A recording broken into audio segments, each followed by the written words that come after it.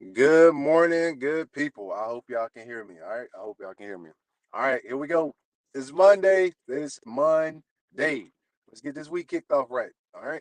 So, let's talk about the title, right? I like to start with the title. I think that's a simple place to start.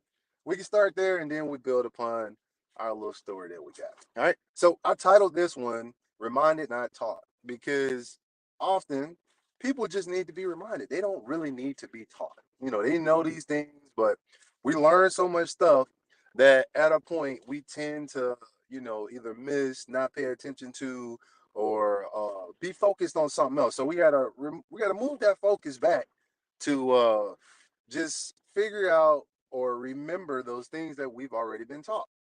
Now, here's my little story. Right now, we're gonna talk about some resiliency here, and we're gonna talk about like, hey, what really happened? All right. So I just left beautiful Fort Bliss. Fort Bliss showed me love. Stand up Fort Bliss. Fort Bliss was great. Um, Went down there. I had the opportunity to catch up with an old battle. Tony Gant. He's the MRT director at Fort Bliss, and he hit me up and said, "Hey, brother, we would like for you to come out and help facilitate a course." So I'm like, "Absolutely, I will not miss this opportunity."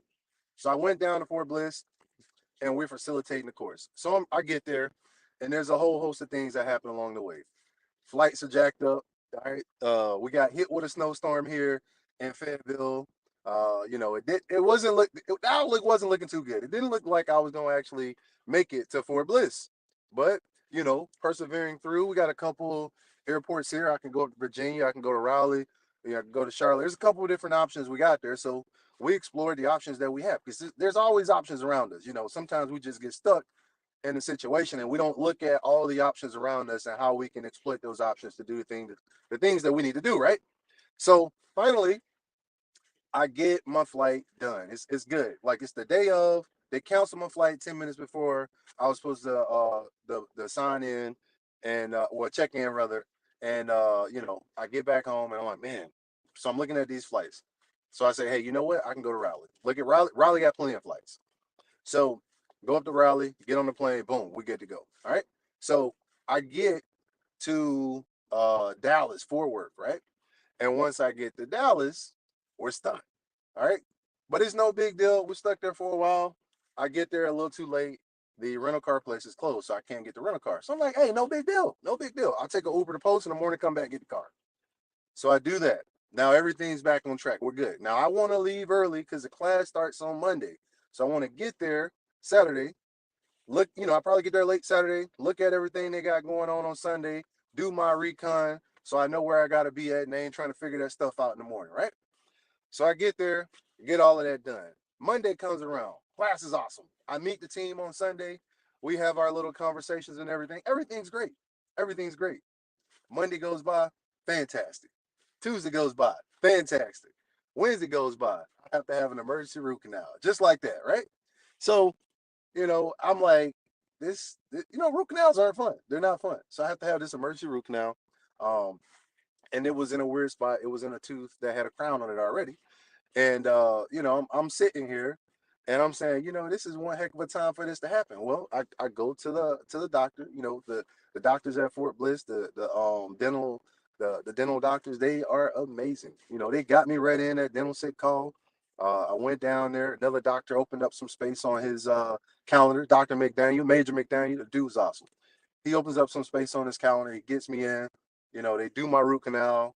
I go back to class in the afternoon at 1 o'clock, and I continue to facilitate. All right, it was good, right? So that gets knocked out. They do the first part. Then I have to go back 5 days later. Once I go back 5 days later to finish the root canal. So I go back 5 days later and I finish the root canal. So long story short, a lot of people would have looked at that story and say, hey, you had a horrible trip, but I didn't. And the reason that I didn't have a horrible trip was because I look at it this way.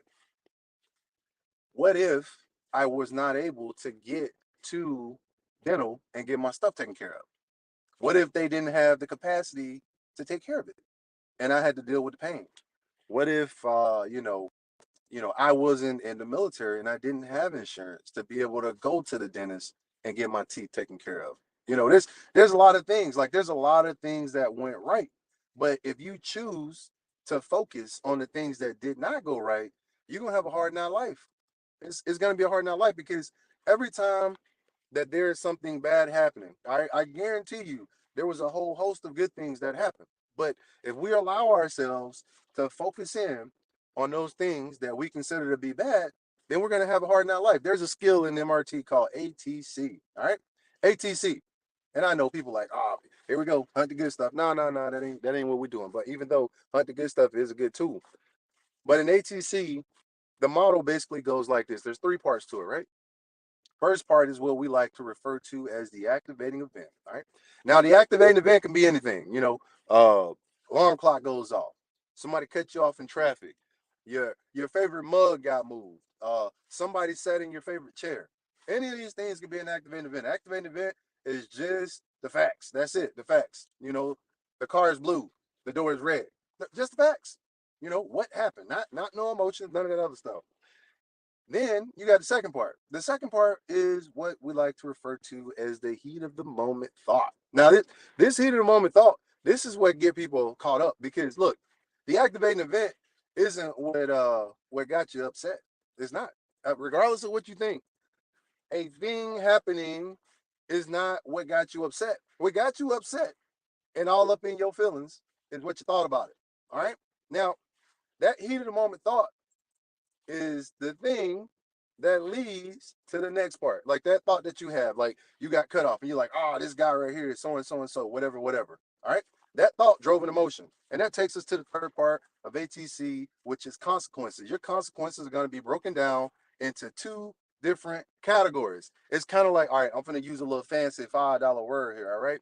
It's like a dichotomy. All right. A dichotomy is a subcategory of, a thing. All right. So you have your consequences, and the subcategories of that consequence is your emotions and reactions. And it's just like that. That's how it goes. What you think about something is going to determine how you feel about it and what you do about it. All right. That's how that thing goes. So here's the beauty of this skill we like to refer to as ATC.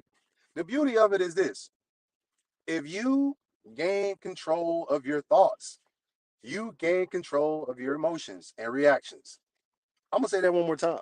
If you gain control of your thoughts, you gain control of your emotions and reactions. It's that simple. That's how it works. Look, that's what the science says. That ain't what Oz over here saying. That's what the science says. This stuff works. It works because let's think about it like this. If there's an activating event, right?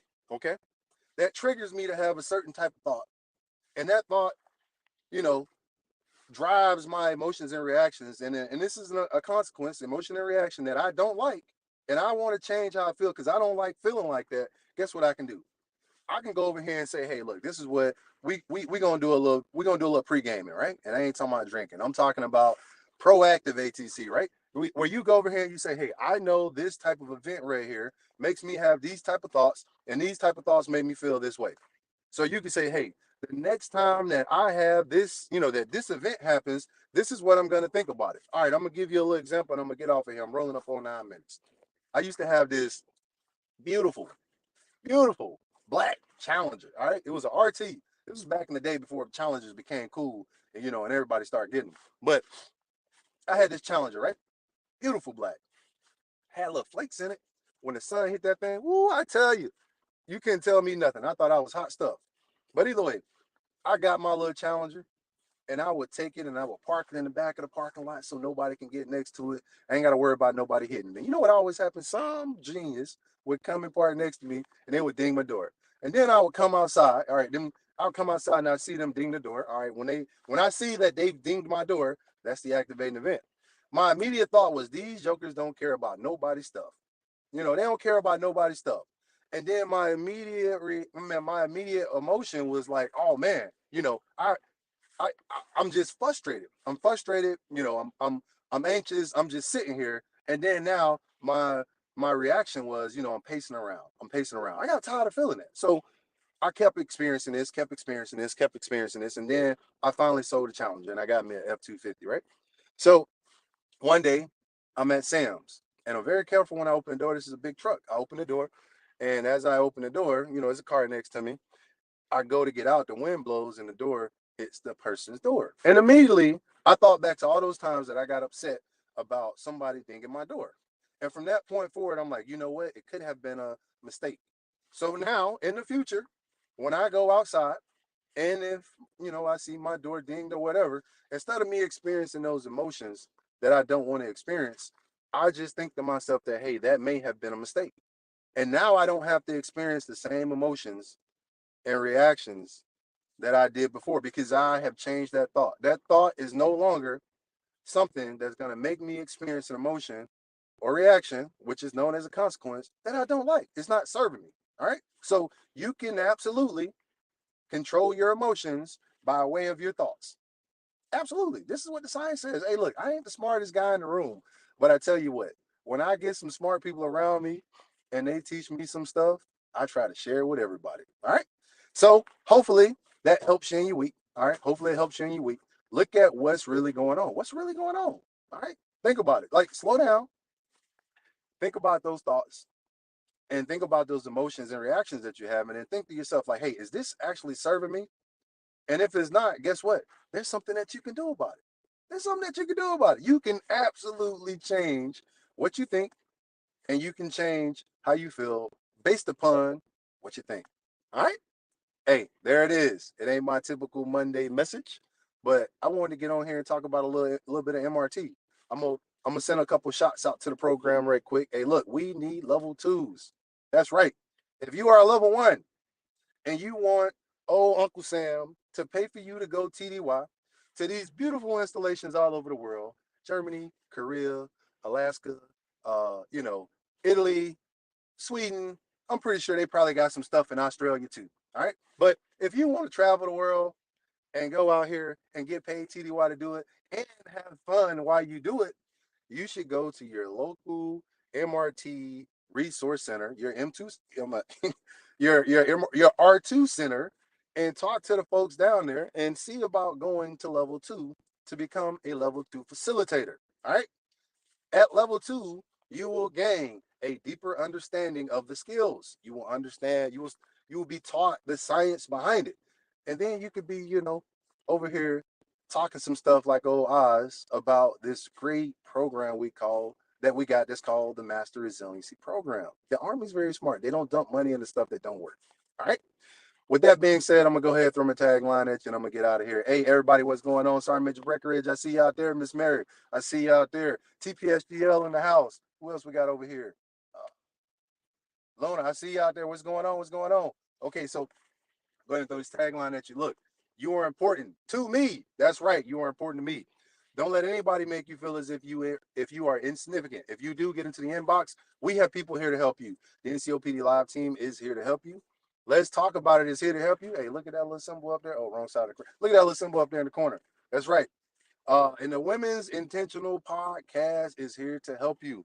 If you need something, get into the inbox and we will get back to you in a timely manner. That's right. Hey, look, life is a choice. I'm dependent on you to choose well. Odds here signing out. I'll be talking to you soon.